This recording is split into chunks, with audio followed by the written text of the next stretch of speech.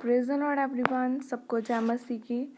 आइए हम सब उस पवित्र वचन को पढ़ते हैं जो वचन हमें परमेश्वर के दास अपोस्टल अंकुर यूसुफ नूरुल्लाह जी द्वारा और परमेश्वर की दासी पास्टर सोनिया यूसुफ नूरुल्लाह जी द्वारा दिया जाता है।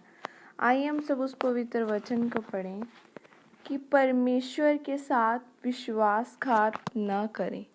जैसे कि बाइबल नहमीया 1:8 में लिखा है, उस वचन की सुधि ले जो तूने अपने दास मूसा से कहा था, यदि तुम लोग विश्वासघात करो तो मैं तुमको देश देश के लोगों में तितर बितर करूँगा। आमीन।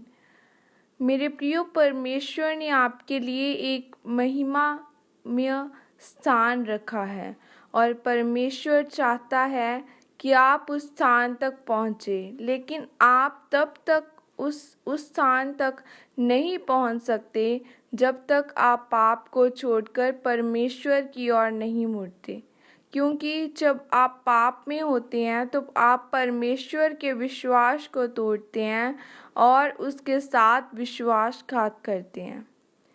मेरे प्रियो, अगर हम बाइबल में इज़राइली लोगों के बारे में पढ़ें तो लिखा है कि परमेश्वर ने उनके लिए एक महिमामय स्थान को चुना था और परमेश्वर उन्हें वहाँ लेकर जाना चाहता था। मेरे प्रियो, बाइबल बताती है कि जब इज़राइली लोग जब परमेश्वर के साथ जुड़े रहते थे और उनका परमेश्वर के साथ अच्छा संबंध होता था तो कोई भी दुश्मन उन पर कभी भी हावी नहीं हो पाता था। लेकिन ऐसे बहुत सारे पाप थे जो परमेश्वर ने उनको करने के लिए मना किए थे और उन्हीं पापों को जब वह करते थे तो उनके दुश्मन उन पर हावी हो जाते थे और परमेश्वर उन्हें तितर बितर कर देता था। मेरे प्रियो, परमेश्वर ने कहा था कि तुम लोग जब विश्वासघात करोगे तो मैं तुम्हें देश देश के लोगों में तितर बितर करूँगा। और इज़राइली लोग बार बार पाप करके परमेश्वर के साथ विश्वासघात करते गए और परमेश्वर उन्हें तितर बितर करता गया। मेरे प्रियो, आपके जीवन में आपका दुश्मन कितना भी बड़ा क्यों ना हो, अगर आपका परमेश्वर के साथ मजबूत संबंध है तो वह आपके सामने एक कीड़ी के समान है। अगर आपको कोई हरा सकता है तो वह उसका आपका खुद का पाप और आपकी अपनी अज्ञानता है जो आपको तितर बितर कर देती है, आपको उलझन में रखकर हरा देती है। मेरे प्रियो, आज आपका वह महिमामय स्थान, आपकी चंगियाई, छुटकारा, आशीष हो सकती है, लेकिन आप उसको परमेश्वर से तभी ले पाएंगे जब आपका परमेश्वर के साथ मजबूत संबंध होगा। कई लोग पाप, नशे, व्यभिचार करके परमेश्वर के साथ विश्वासघात करके अपनी आशीष को तितर बितर कर देते हैं और शैतान को अपने ऊपर हावी कर देते हैं। मेरे प्रिय, शैतान तो यही चाहता है कि आप परमेश्वर के साथ विश्वासघात करें। इसलिए मेरे प्रियो, यह आपको तय करना है कि आप शैतान को खुश करना चाहते हैं या परमेश्वर को।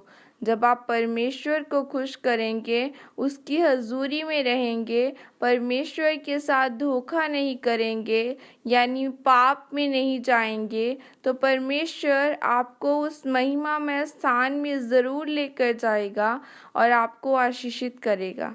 परमेश्वर इस वचन के द्वारा आपको आशीषित करे। आमीन। यह अंगीकार आपकी तरफ से किया जाए।